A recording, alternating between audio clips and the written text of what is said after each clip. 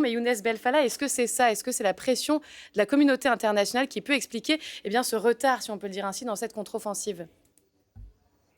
Bonjour. Non, je ne crois pas que c'est une pression internationale, mais on sait parfaitement que ce genre d'offensive, ça demande énormément de préparation, ça demande aussi un effort de renseignement.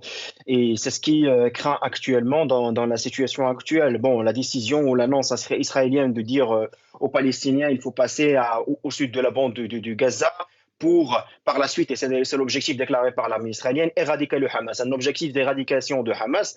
Clairement, c'est un objectif qui est réaliste parce qu'on sait parfaitement que les dirigeants de Hamas n'existent pas à la bande de Gaza, ce sont au Qatar. Le financement et l'armement, il se fait par l'Iran. Et clairement, on risque d'avoir aussi des cellules dormantes du groupe de Hamas, pas seulement à la bande du Gaza, mais peut-être même aussi en Israël, en interne, ou bien à la Cisjordanie, dans les frontières. Donc effectivement, et on sait également que l'objectif de l'éradication, on est face quand même à une idéologie, on n'est pas face quand même à un groupe terroriste seulement, mais on est face quand même à une idéologie qui est financée par des acteurs et soutenue par des acteurs régionaux. Donc l'objectif déclaré, il apparaît vraiment très irréaliste, mais il y a un objectif pour Israël, c'est un objectif, on va dire, de chercher une victoire sur le court terme, de faire des représailles massives. Ça peut être également la conséquence de cette offensive. En contrepartie, il y a bien évidemment la question des otages qui représente vraiment une grande charge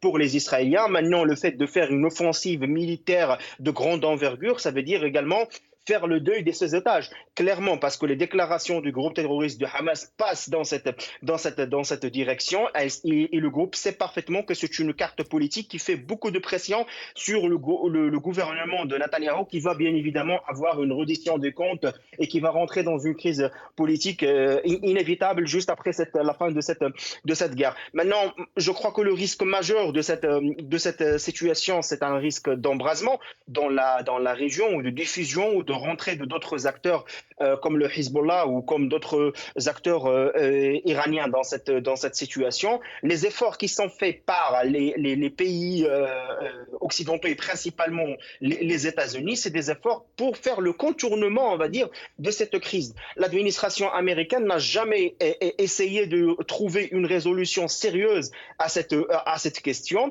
mais on sait parfaitement que c'était plutôt une question de gestion de ce conflit. Il y avait une stratégie de repli, de retrait de la part des Américains au Moyen-Orient. Oui. Maintenant, ils reviennent, mais ça se voit que c'est trop tard. Les pays arabes, ils n'acceptent pas les directives américaines actuellement, ni le gouvernement israélien d'ailleurs. Et donc, ce qui fait qu'on est quand même face à un grand problème, on va dire, qui est très complexe, c'est-à-dire le fait de faire la primauté de l'aspect militaire plutôt que la question diplomatique. Alors vous restez avec nous, on continue d'en parler bien évidemment. Jean-François